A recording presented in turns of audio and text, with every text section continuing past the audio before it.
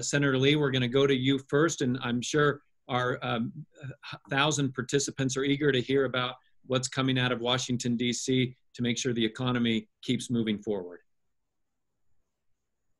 Hey, thanks so much, Derek. And thanks for convening this group and for inviting me to participate.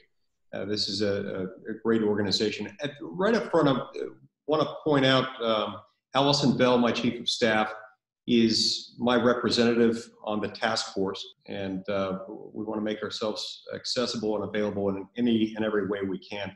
We've got a few objectives as we go through this difficult period in our state and in our country.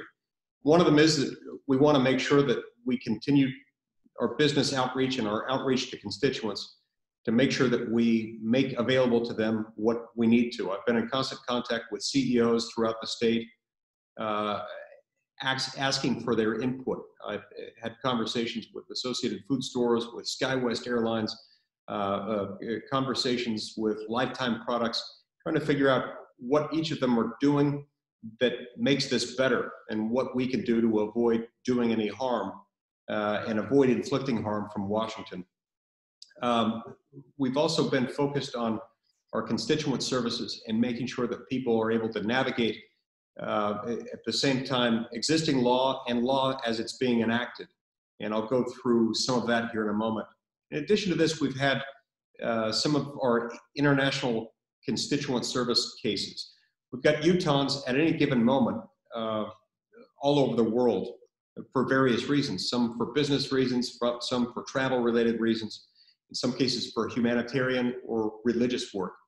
And at any given moment, there are situations that develop when people travel in foreign countries and need to return home to the United States. Those have grown especially acute over the last 72 hours as we've got people, especially in parts of the world like the Philippines, in Latin America, especially South America right now is a real hotspot, where we've had a number of countries that have quarantined in such a way as to ban all incoming and outgoing international flight traffic. As a result of that, you've got American citizens, including many Utahns, who have in effect been stuck in certain Latin American countries. Peru is a real example of this right now. We've got a number of Utahns who we're trying to help get out of that country as a result of the fact that they're under a basically full quarantine order. We've been working with the State Department in order to get them out. We were able to get someone else out of another country yesterday with some assistance from the Department of Defense in an unusual circumstance. In the meantime, we've got 3 phases of legislation coming out of Washington. Phase 1 occurred about 10 days or 2 weeks ago. Phase 1 provided $8.5 billion in assistance to state and local governments and to the healthcare industry to make sure that we're prepared in the first wave of what's happening. We got that one passed early on. Phase 2 was just enacted last night. Phase 2 was designed to make sure that our workforce, in particular, options to workers so that they are not left without those options. There's been some bad reporting on this that I would love to be able to explain. I caught an error in the legislation when it was enacted on Friday night. It's 110 pages long, passed by the House of Representatives shortly after midnight Eastern time on Friday. Even over the weekend, the House of Representatives itself acknowledged that the legislation wasn't quite ready for prime time because they adopted 90 pages out of 110 pages that they had enacted in so-called technical changes. In other words, they basically rewrote the entire law over the weekend. That became formally passed by the House of Representatives Monday night. Between Monday night and Tuesday night, we were able to discern a critical error that they had put in place. This legislation was drafted with the best of intentions, but when we're moving as quickly as we are right now to try to address the crisis, it's easy to overlook some of these errors. And that error was, everyone agrees that those who are displaced temporarily or otherwise, for example, furloughed as a result of a coronavirus-related issue or illness, need to be made whole during this process, especially when we consider the fact that this is a crisis that is 1 part biological and 4 parts government response to that biological cause. In other words, in order to the country from the further spread of this horrible virus, we're putting in place certain measures that are themselves going to be disruptive. They're necessary, but also very disruptive. So we want to make sure that those workers who are furloughed are made whole.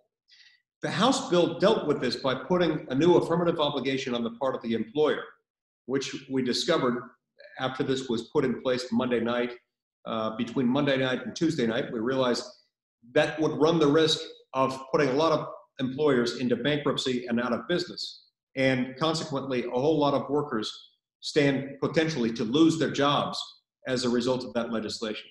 So Tuesday night, I and a handful of other senators got together, identified the problem, but started from the premise that we have to address the same problem, just in a way that doesn't threaten people with losing their jobs. So I got together with them late Tuesday night. We worked through the night and drafted legislation. One of my colleagues personally scratched out a draft of this and then asked me to review it. We brought some staff in, then we got it drafted into formal legislative text. By the next day, which was yesterday, a majority of the United States Senate voted to adopt that amendment, putting the obligation on the unemployment insurance system, which the federal government would then backfill under our legislation, in order to keep them whole, to protect workers, and do so in a way that wouldn't jeopardize their employment to begin with. For a variety of procedural reasons, even though a majority of the Senate voted to adopt that amendment, it wasn't included in the final passage adopted by the Senate last night. This was disappointing, and it was a reason why I couldn't vote for the final bill. The final bill, as enacted, while drafted with the best of intentions, will harm workers unless we're able to get this finished. For that reason, I'm going to push for its inclusion in the next round, what we'll call the Phase 3 legislation. The Phase 3 legislation is going to contain widespread financial assistance to promote liquidity and to provide for individual and business level financial aid from the federal government. Under the Republican proposal that was filed by Senator McConnell earlier today and submitted to Senator Schumer for his review, every American would receive $1,200 in direct payment assistance. So this would be for every adult, such that a married couple who files their taxes jointly would get a direct payment for $2,400 plus $500 for every minor dependent child they have on top of that. This would be a phased out benefit. It would start to phase out at $75,000 per person on an individual filer basis, or for a married couple filing their taxes jointly at $150,000. And then there would be a gradual phase out from there of this economic benefit. On top of this, there's going to be about $150 billion of financial assistance to critically affected business, making available for them additional loan alternatives and liquidity so that they don't have to go out of business. On top of this, we're also trying to address another looming crisis that I think could be made better through a combination of legislative and regulatory action. I had a couple of very timely, well-placed phone calls with Speaker Wilson and President Adams of the Utah legislature over the last 24 hours, 36 hours rather. And I had some conversations with them about the importance of making sure that banks and credit unions have the option, if they're willing, which most in our community throughout our state, and from what I can tell throughout the country, are willing to provide, which is that payments to banks or credit unions, to lenders, throughout April and May could be suspended, with the understanding that there's going to be a real liquidity problem over the next couple of months, could be suspended, and that banks could notify, along with credit unions, to their customers that the failure to make a payment in April or in May won't necessarily result in the seizure of assets or in foreclosure on any property. This is important for many reasons, including for the small and mid-sized businesses out there who have certain fixed costs that go into their businesses. We don't want them to have to lay off workers during this time period, and it's not in the interest of the lender or of the borrower in that moment, in this particular moment, for the bank to go after their assets. So I've had a number of conversations. I've introduced now with my colleagues, and it's now a topic of banks and law, people in, including Speaker and President Adams, to our attention. Yeah, I also had a good conversation with Mary Daly, who is the president and CEO of the Federal Reserve Bank of San Francisco, which of course includes Utah and a number of Western states. They're looking for ways to give the regulatory flexibility to the banks so that when they do offer this option, the lender can do so with great confidence that they're not going to suffer dire regulatory consequences from doing that. The legislation that I referred to as phase 3 will also provide additional clarity that banks and credit unions will have this option and won't suffer adverse regulatory consequences.